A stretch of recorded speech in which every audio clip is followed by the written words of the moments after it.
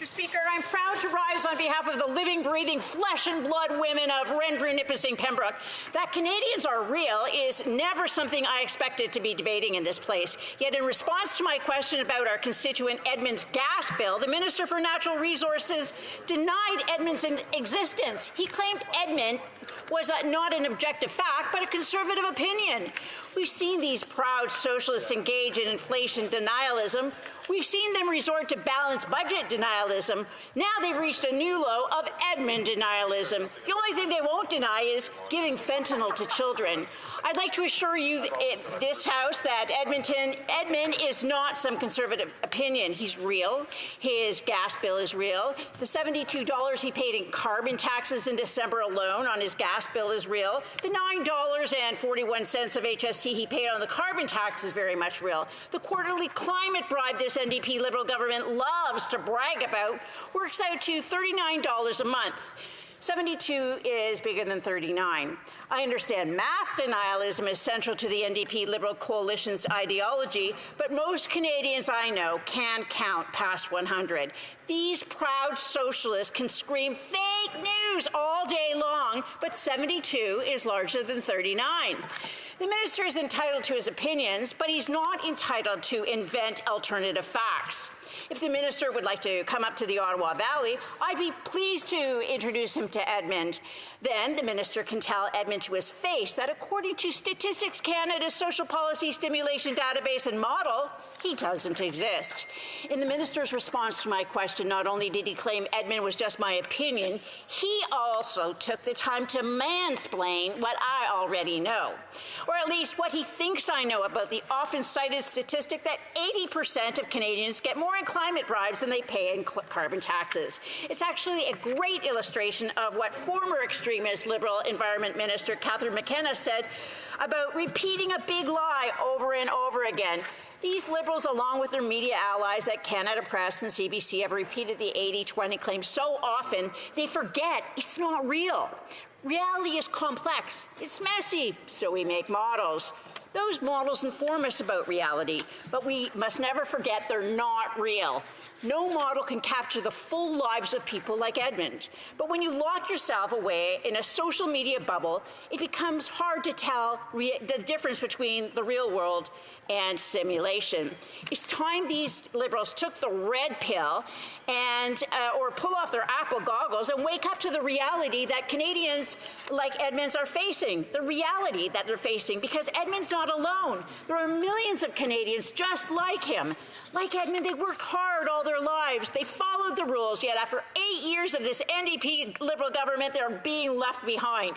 As long as the Socialist Coalition clings onto power, they'll fall further behind. The Liberals can deny these Canadians exist until they're red in the face, but it won't change the facts. Canadians are hurting, but common sense Conservatives have a plan to turn that hurt into hope. That's why we're going to axe the carbon tax, build new homes, fix the budget, and stop the crime. Working together, we will deny this NDP Liberal coalition another 4 years in government. The Honourable Parliamentary Secretary to the Leader of the Government in the House. Yes, thank you, Mr. Speaker. And, you know, I thought maybe what I would do is reflect on the word real that my friend amplified during her 4 minutes. And to pick up, and I give her credit, you know, she knows the 4 priorities of the Conservative Party. She probably even has the bumper stickers already produced, ready for circulation. I'm sure it'll come in. I'm sure it'll. From Winnipeg Centre, but if I could ask the folks in the back to just ask the people outside to keep their voices down, because their voices are carrying over to the debate. I'm having trouble hearing the Honourable Member. The Honourable Parliamentary Secretary, please continue. And Mr. Speaker, in fairness to her, I suspect if she doesn't have them, she will likely be the first Conservative to have the actual bumper stickers. And she sticks to the points. I know she puts in a great deal of effort into every word in which she puts in. Now, you know, sometimes we hear, you know, don't let the facts, you know, deny you a potentially good speech. And I suspect that my friend across the way adhered to that. Because even when she made reference to the 80%, let's take a look at the 80% that she says.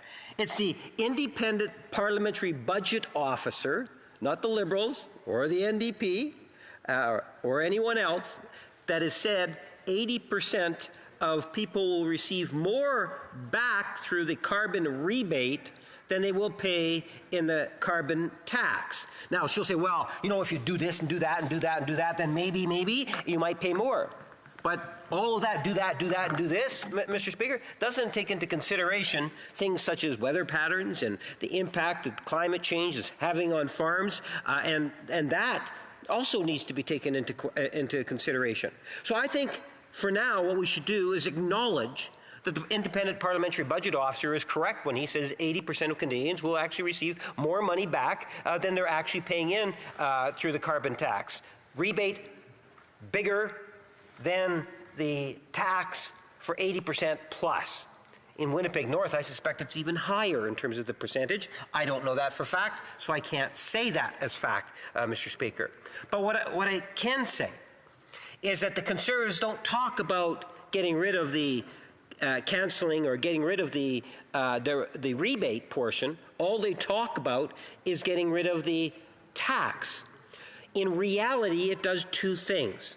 One is it reinforces that the Conservative Party is loaded with climate deniers. And two, it takes money, disposable money, out of, net disposable money out of 80% plus of the residents in which I represent, Mr. Speaker. But you wouldn't know that if you listen to the Conservatives. If you listen to the Conservatives, you think everyone in Canada. Yet, provinces like British Columbia and province of Quebec, they do not have the carbon tax. But that doesn't stop the leader from going around saying, what I would suggest to you is somewhat misleading information through social media and other forms, telling Canadians that they're going to be better off because, after all, if they axe the carbon tax, they're going to have more money, when that is just factually incorrect on a number of fronts, Mr. Speaker. So, bottom line is that I think it is good to have a sound, solid environmental policy, and it would be nice to see the Conservative Party share what their new environment policy is, because we know back in 2021 their environmental policy also had a price on pollution, or dare I say, a carbon tax. In fact, the first administration in virtually North America to have a carbon tax was the Conservatives in the province of Alberta. Thank you, Mr. Speaker. The honourable member from Renfrew Nipissing, Pembroke. Speaker, it's disappointing to see the Parliamentary Secretary continue to deny Canadians the truth. The carbon tax is not a price on carbon. It's a tax on individuals. It's a tax on energy. It's a tax on everything that uses energy. It's no more a price on carbon than income taxes are a price on earnings. The truth is, this government doesn't know what the price of a carbon tax is. They admit it on their website. They're trying to get farmers to make costly investments to reduce methane emissions by promising to give out carbon credits. Yet the one question every farmer asked was, how much is a credit worth? But the government can't say. The government can't say because it doesn't know. When it comes to a price on carbon, the carbon offset, the government admits the price of something is determined by supply and demand for that thing. Only a proud socialist could believe that government can set a price by decree. It didn't work for Pierre Trudeau, and it won't work for this Prime Minister. The fact is, it's just undeniable. The Honourable Parliamentary Secretary to the Government House Leader. Yes, thank you, Mr. Speaker. You know, it's amazing in terms of the places around the world where you see a price on pollution actually being implemented, or a carbon tax. One can talk about Ukraine, which has a price on pollution or a carbon tax. Countries like Poland, many European countries. In fact, whether it's Mexico or even, you know, people often say, well, they don't have it in the United States. Well, they don't have a national carbon tax, but they have many states that have a carbon tax. The reason why I say that, Mr. Speaker, is at the end of the day, having a price on pollution, making the polluters pay, is a sound public policy. Unfortunately, it's being distorted to the nth degree by the Conservative Party, all in an attempt to have a shiny bumper sticker of deceit for Canadians. And I think that's somewhat sad. We're supposed to be here to develop and encourage sound public policy.